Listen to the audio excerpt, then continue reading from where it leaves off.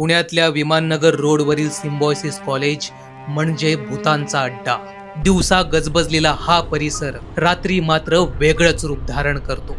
रिकाम्या रस्त्याकडे बघून अचानक कुत्रे भुंकू लागतात. पौर्णिमेच्या किंवा अमावस्येच्या रात्री या रस्त्यावर भूतांचा वावर असतो असं म्हटलं जातं. इथे पांढऱ्या साडीतील स्त्रीचा भास होतो. एका दंतकथेनुसार काही वर्षापूर्वी एक विद्यार्थी रात्री याच रस्त्याने गाडीवरून परत येत होता, पण सकाळी मात्र त्याची गाडीवर ठेवलेलं हेल्मेट आणि बाजूला पडलेला मोबाईल एवढंच सापडलं. काहींच्या मते त्याला भूतबाधा झाली.